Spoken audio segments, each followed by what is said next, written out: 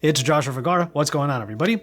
We're going to talk about the Galaxy S20 line again. However, after the release of these phones, there are some concerns, and I'm going to talk about 5 of them in this video. Quick disclaimer, remember that these top 5 complaints are my opinion, and they're based upon my short experience of the phone so far. I will revisit them in my full review and see if these particular complaints actually pan out. But on top of all of that, this is to incite discussion. These are particular aspects of these phones that I feel like people might have an opinion on, and I am just voicing those out here. I'm inviting you to have a conversation with me in the comment sections down below about these potential pain points with the Galaxy S20, the S20 Plus, and the S20 Ultra.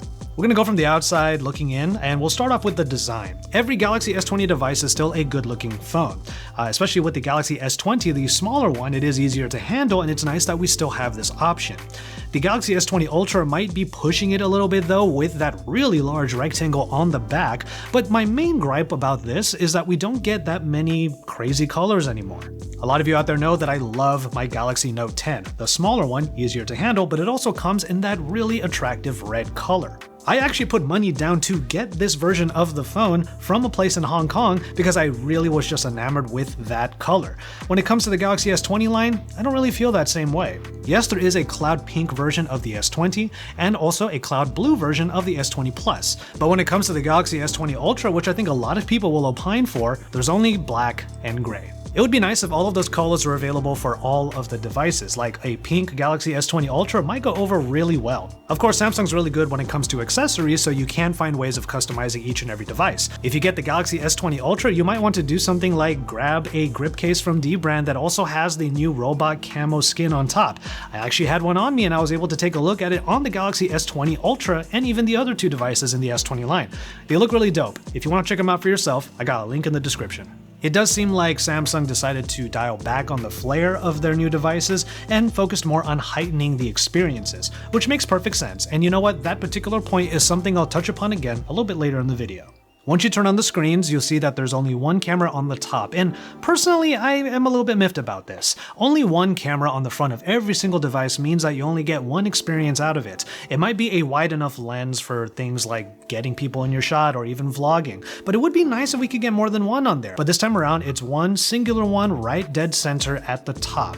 And on the Galaxy S20 Ultra, it is a 40 megapixel sensor, which probably means you'll get some high quality photos. But if Samsung is focusing on more experiences with this phone, maybe the front-facing camera can get some extra love. But that also brings me to the rear cameras, which is yet another concern that I think I have here, and it is related to the prices of these devices. Now, with the Galaxy S20 Ultra, you obviously get all those zoom levels because not only do you have a lens that is capable of 10 times optical zoom, you can even digitally hybrid that up to 100 times. Now, that's pretty crazy, but I am still a little bit skeptical about how much zoom I actually need in my daily photography and videography. 10 times is actually pretty dope. 3 times is probably the minimum that I would require. But going all the way to 100, I just don't know if that's going to be ultimately useful for someone like me. I want to know what you think about that. Get into the comment sections below. But one of the other reasons why the Galaxy S20 Ultra is so enticing from a camera standpoint is because its main sensor is the 108 megapixel sensor that we have been hoping for in a new Samsung device. This provides some very specific benefits, namely the fact that it can pixel bin 9 pixels into one huge pixel at a time, which makes the 108 megapixel photo give you some really detailed and honestly better low light performing 12 megapixel final results. I think a lot of people would love to have that level of power in the main sensors, even if they don't necessarily need that telescopic zoom. Unfortunately, if you choose that you don't want that zoom, you lose also the main 108 megapixel sensor in the other 2 versions of the phone, which I think is a big loss, especially when you're trying to weigh the cost benefits of every single device. Now, don't get me wrong, Samsung phones generally have really good quality when it comes to camera in both stills and video. And for the most part, you'll get very similar experiences among all of them. But if you want to go just a little bit more beyond, you have to pick everything that Samsung threw into the most expensive Galaxy S20, and you can't really make many compromises if you want to have a smaller phone, but also a cheaper phone. I will give an honorable mention to the lack of a headphone jack on these phones because I know someone's going to get into the comment sections and say, hey, no headphone jack, deal breaker.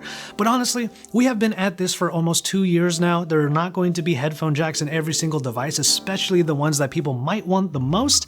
And I have to give at least a little bit of credit to Samsung for trying to provide good wireless audio. We are getting better audio with Qualcomm processors every single year. It is getting better with aptX and stuff like that. And even Samsung is trying to take advantage of that with easy-to-use Galaxy Buds Plus that have 11 hours of battery life with an extra charge in that little case. So I have to admit that while having no headphone jack is always going to be a little bit of a bummer, at least we're getting great strides when it comes to good wireless Bluetooth audio.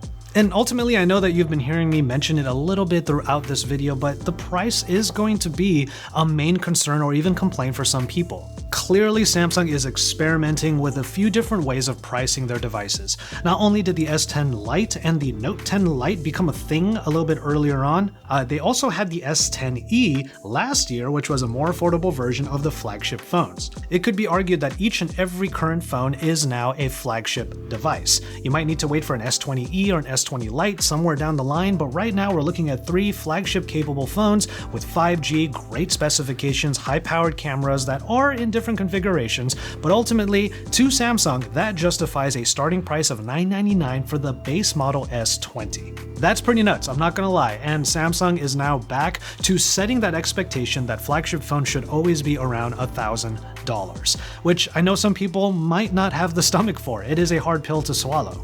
One thing that softens the blow a little bit is that Samsung still thinks the S10 line is more than enough for most users, which is why they're still offering them at deeper discounts. You can actually get the S10e at $599 now, and then it goes up from there, making those phones priced at probably the perfect level for most people who are just looking to upgrade to current flagship experiences. Really, the S20 line is like that bleeding edge argument once again. If you really want to have the absolute best specifications that may not be found on many of the other phones we're going to see in 2020, you can certainly go that high.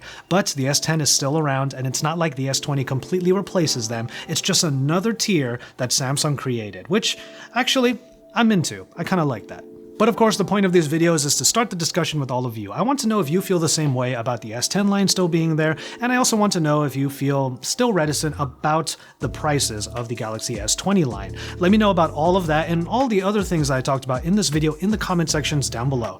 Let's have that discussion, let's go ahead and talk about it all, and there's a lot to talk about with the Galaxy S20 line, so make sure you watch my hands-on video so that you can hear some of my thoughts on the phone, aside from just these discussion pieces that I started in this top 5 complaints video. From there, drop some likes on my videos and subscribe to my channel if you haven't already. Make sure you hit the bell over on the side so that you know when I come out with any videos, Galaxy S20 and beyond. And of course, MWC is right around the corner, so stay tuned to my channel for that and more. From there, I'm going to see you in my next video. I'll call it on this one, and I'll just remind you to enjoy your tea, everybody. I wonder if I spilled the tea well enough in this one.